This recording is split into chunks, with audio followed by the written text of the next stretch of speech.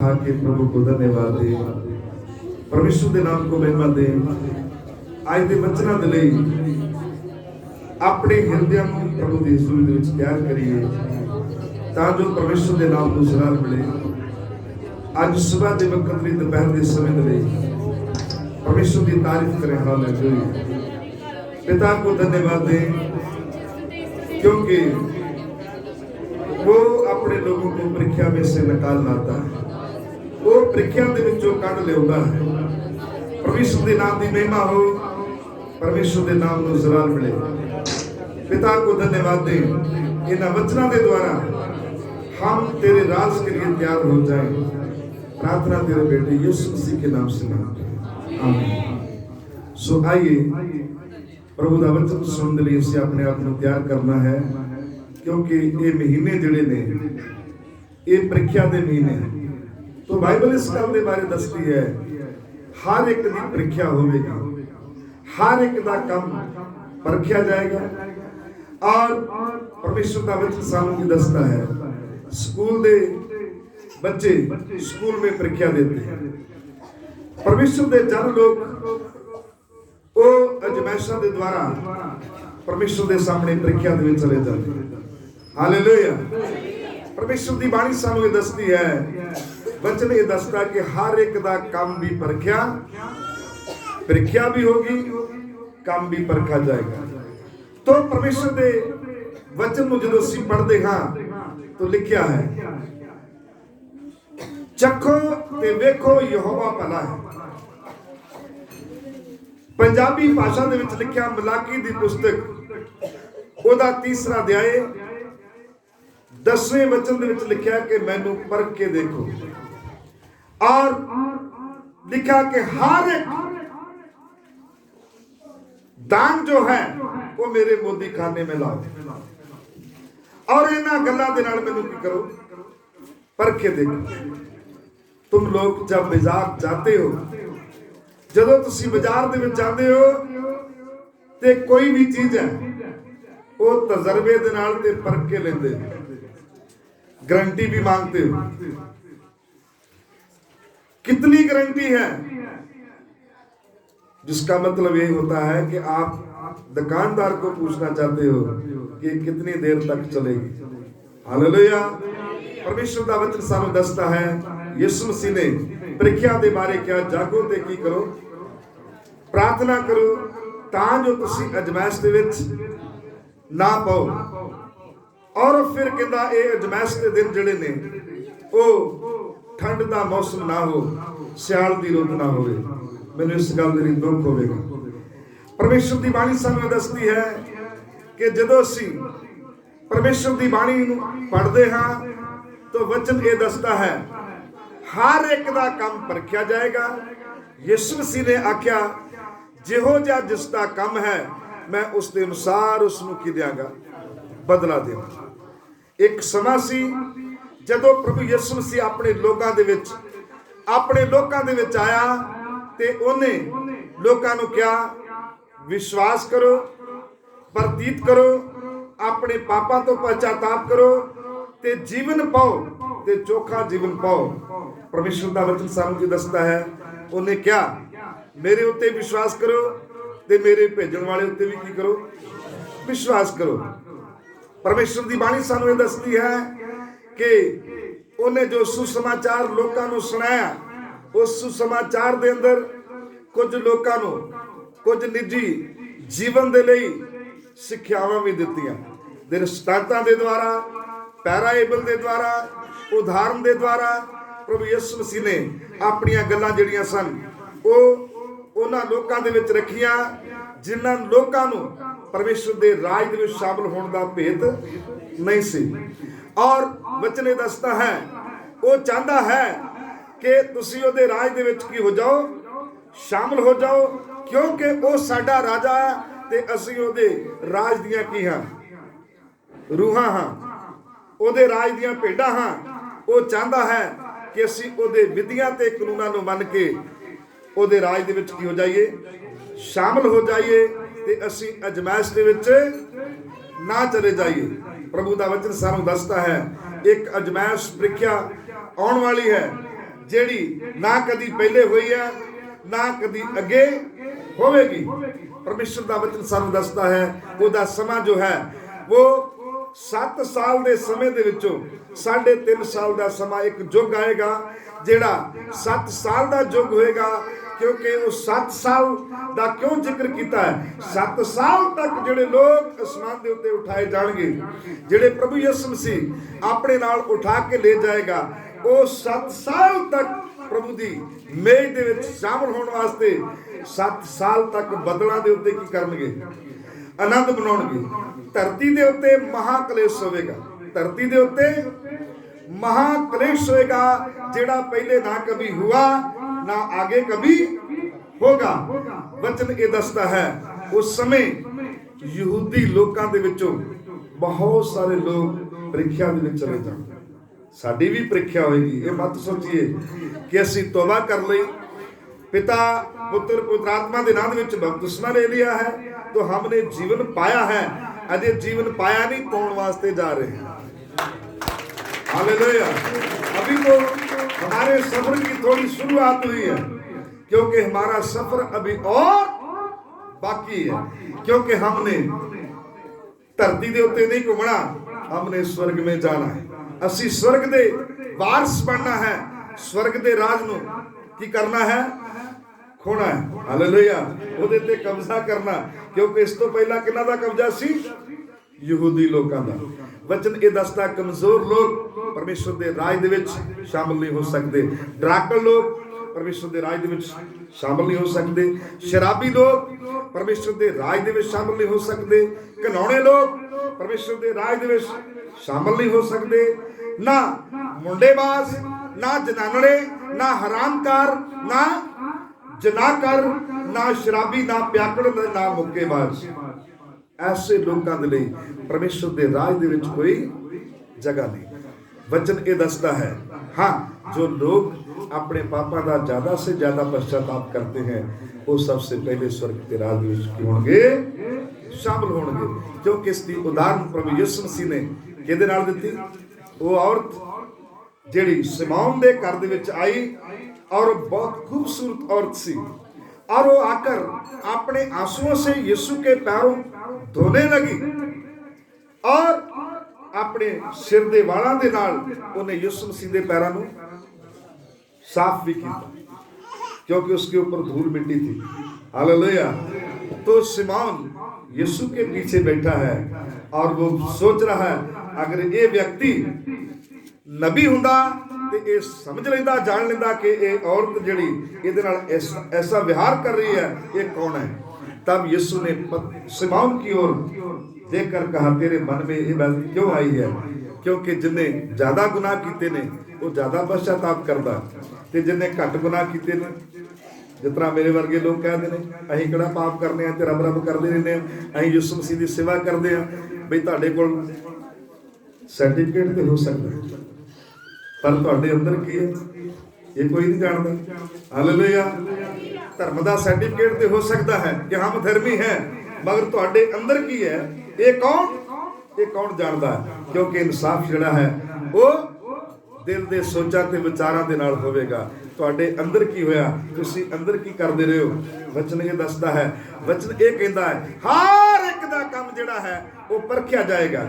आइए मैं उस बात को लेकर आगे जाना चाहता हूं। परमेश्वर का वचन सानू ये दसता है कि जिहड़े लोग इन्हां गल्लां तो अनजान ने वो इस वचन नूं ध्यान दे नाल सुनिए कि परमेश्वर का वचन की कहता है। जदों असीं प्रकाशित वाक्या की पुस्तक पढ़ते हाँ तो उस जगह ते लिखिया है जेदे कन होण सो सुने कि परमेश्वर का आत्मा कलीसिया नूं की आखदा है।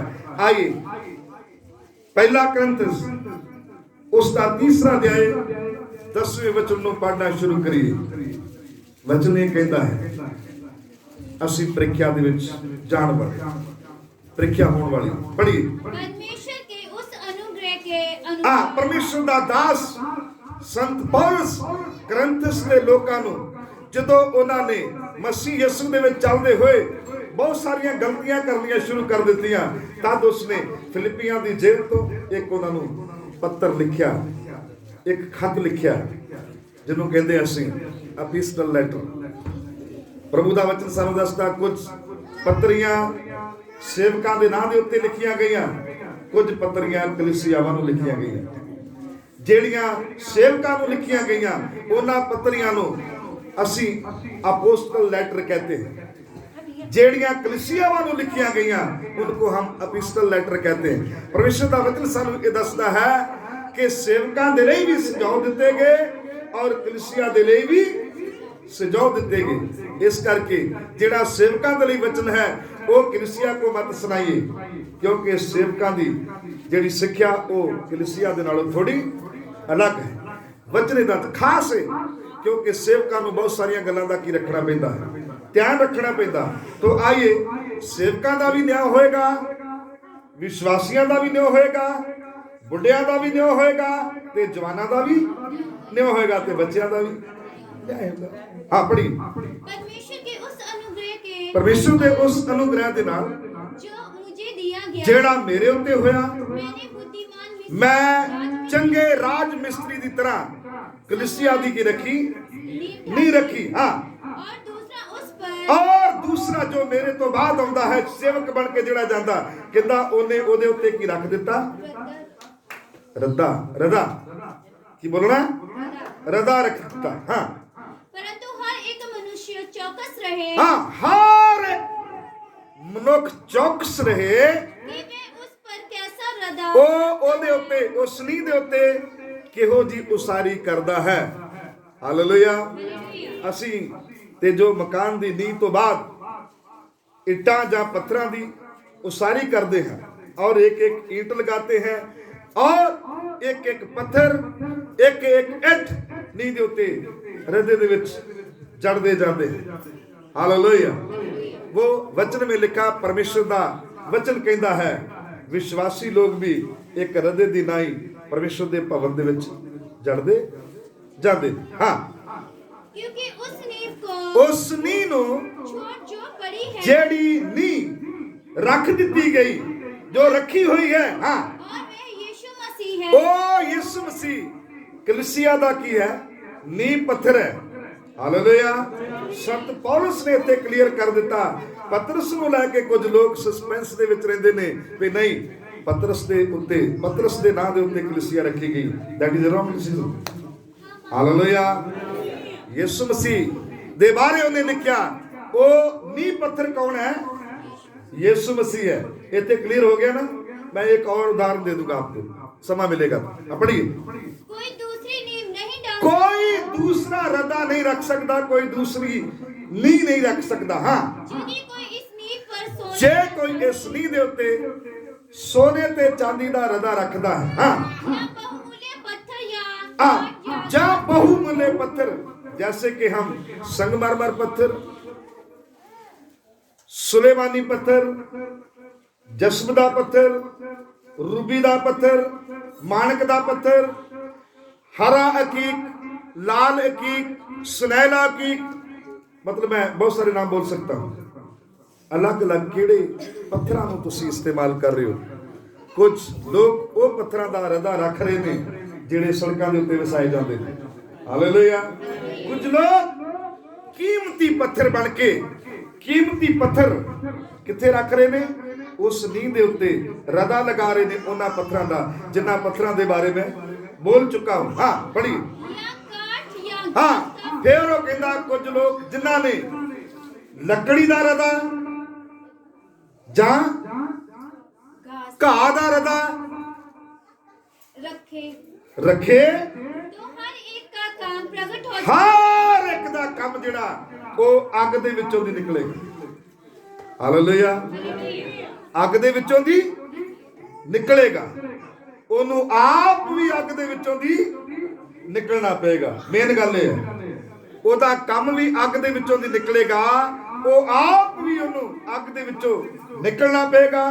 ਉਹਦਾ ਕੰਮ ਵੀ ਪਰਖਿਆ ਜਾਏਗਾ ਤੇ ਉਹਦੀ ਆਪਣੀ ਵੀ ਪਰਖ ਹੋਵੇਗੀ। ਹਾਂ क्योंकि वह दिन उसे बताएगा ਇਹ ਦਿਨ परमेश्वर का दिन, यहोवा का दिन, न्याय का दिन, जजमेंट का दिन। हाँ वो दिन उसको बताएगा, दसेगा।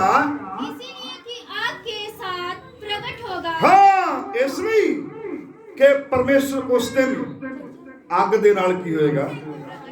ਕਿਹੜੀ ਅੱਗ ਦੇ ਨਾਲ? ਪੱਠੇ ਦੇ ਵਿੱਚ ਬਲਦੀ ਹੋਈ ਅੱਗ ਦੀ ਮਾਨਤ, धधकती हुई आग की तरह, और उसकी लपटें जो है बहुत ऊंची ऊंची चली जाएगी।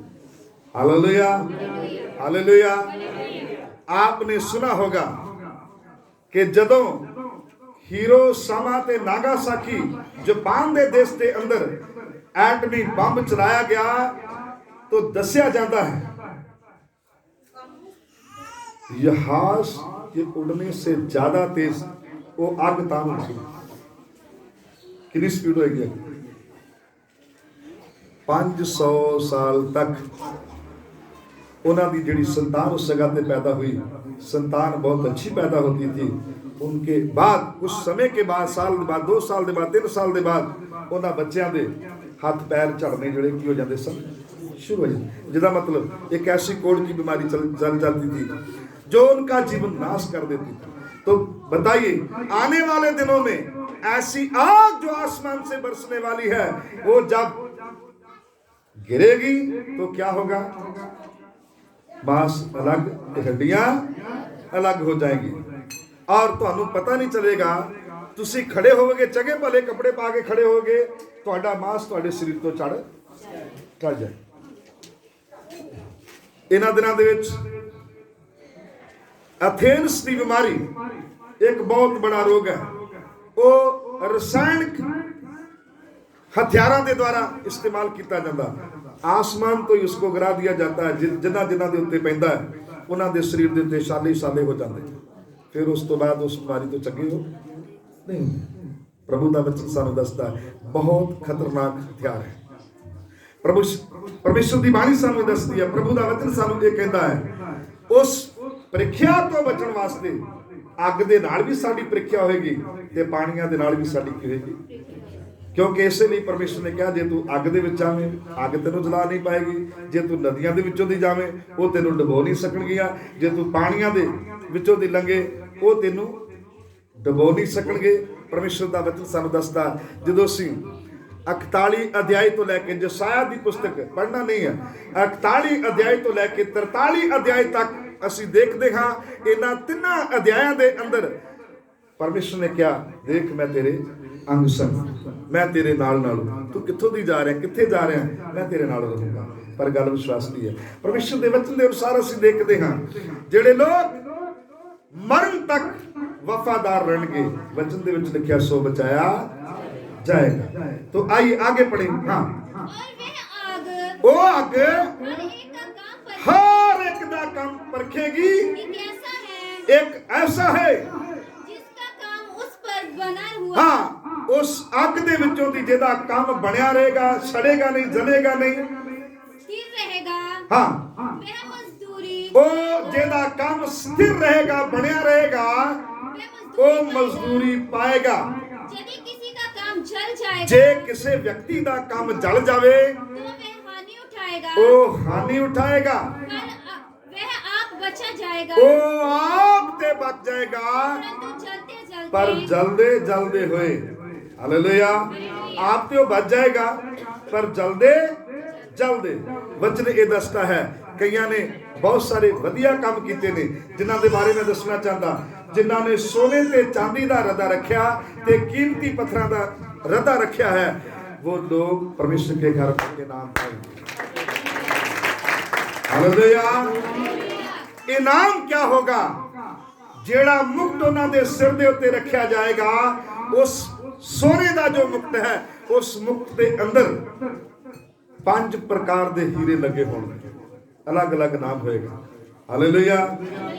तो मैं उन्हां हीरियां दे बारे ज्यादा जिक्र नहीं कर सकता क्योंकि मेरे पास समय नहीं है।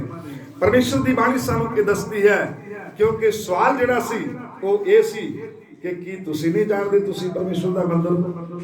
जिहदा मतलब सी संत पौलुस उन्हां नूं कहना चाहता भी तुसीं परमेश्वर दे मंदिर दा की कर रहे हो? नाश कर रहे हो। हालेलुया। थोड़ा इन्हां वचनां नूं आगे पढ़िए तो आपको पता चल जाएगा। कि तुसी नहीं जानते तुसी परमेश्वर दा मंदिर हो, तुसी परमेश्वर दी हैकल हो ते परमेश्वर दा आत्मा तुहाडे विच वसदा है। क्योंकि उसने साफ कर दिता ਜਿਹੜਾ ਵਿਅਕਤੀ ਇਸ ਮੰਦਰ ਦਾ ਕੀ ਕਰੇਗਾ ਜਿੱਥੇ ਪਰਮੇਸ਼ਰ ਰਹਿੰਦਾ। ਕਿਉਂਕਿ ਕੁਝ ਲੋਕ ਕੁਝ ਸਮੇਂ ਤੱਕ ਪ੍ਰਭੂ ਦੇ ਵਿੱਚ ਚੱਲਦੇ ਰਹਿੰਦੇ ਨੇ, ਫਿਰ ਜਦੋਂ ਚੰਗੇ ਹੋ ਜਾਂਦੇ ਨੇ, ਜੋ ਆਸ਼ਾ ਪਾ ਲੈਂਦੇ ਨੇ, ਤੇ ਫਿਰ ਯਿਸੂ ਮਸੀਹ ਨੂੰ ਭੁੱਲ ਜਾਂਦੇ ਨੇ। ਉਹ ਕੀ ਕਰ ਰਹੇ ਨੇ? ਉਹ ਪਰਮੇਸ਼ਰ ਦੇ ਮੰਦਰ ਦਾ ਨਾਸ਼ ਕਰ ਰਹੇ ਨੇ। ਕਿਉਂਕਿ ਪਰਮੇਸ਼ਰ ਦੇ ਮੰਦਰ ਦੇ ਵਿੱਚ ਕਿੰਨੇ ਕੰਮ ਹੁੰਦੇ ਨੇ ਬਈ? ਉੱਥੇ ਭੇਡਾਂ ਤੇ ਬੱਕਰੀਆਂ ਦਾ ਵਪਾਰ ਨਹੀਂ ਹੁੰਦਾ, ਉੱਥੇ ਪੈਸਿਆਂ ਨੂੰ ਚੇਂਜ ਨਹੀਂ ਕੀਤਾ ਜਾਂਦਾ। ਕੁਝ ਲੋਕ ਆਉਂਦੇ ਨੇ, ਗੱਲੇ ਦੇ ਵਿੱਚੋਂ ਹੱਥ ਮਾਰ ਕੇ 100 ਦਾ ਨੋਟ ਪਾ ਕੇ 10 ਨੋਟ ਕੱਢ ਕੇ ਲੈ ਜਾਂਦੇ ਨੇ। मैं ये आपकी बुराई नहीं कर रहा हूं, सुनिए, ये व्यापार का केंद्र नहीं, ते इत्थे भान बनाने वाली दुकान नहीं। ये परमेश्वर का वचन कहता जो कुछ गले में चला गया वो चला गया, वो ना आपका रहा ना मेरा रहा। हालेलुया।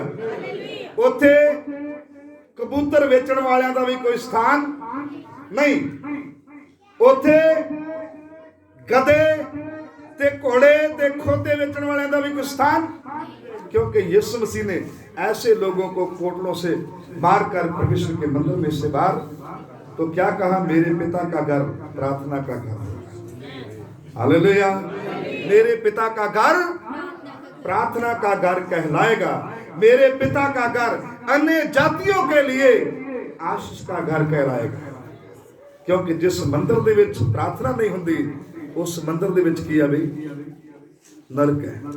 हालेलुया। तो मैं कदी कदी ये भी गल कहता, जिस घर दे विच प्यार दी पूजा नहीं हुंदी, वो घर नरक तो भी बदतर है। हालेलुया।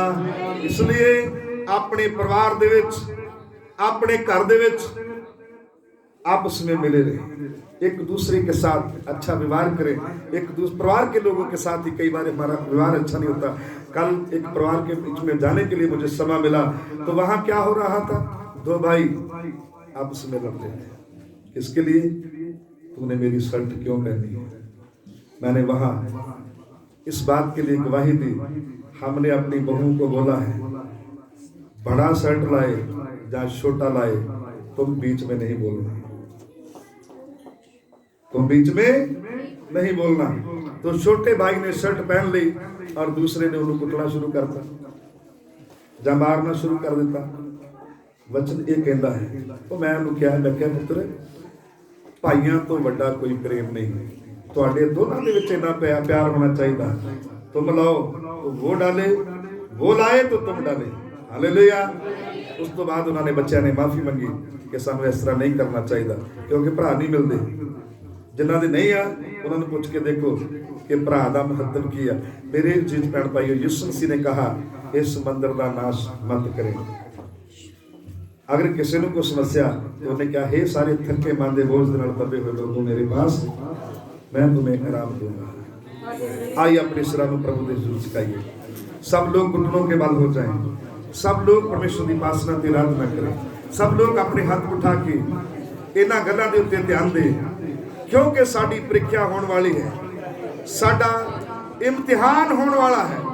इसके ऊपर मैंने ज़्यादा नहीं बोला है, इसलिए कि आपको ये बातें समझ में आ जाए कि छोटा कि बड़ा हर एक व्यक्ति का काम परखिया जाएगा, हर एक दे काम की परीक्षा होगी। प्रभु आपको आशीष दे, यीशु के नाम।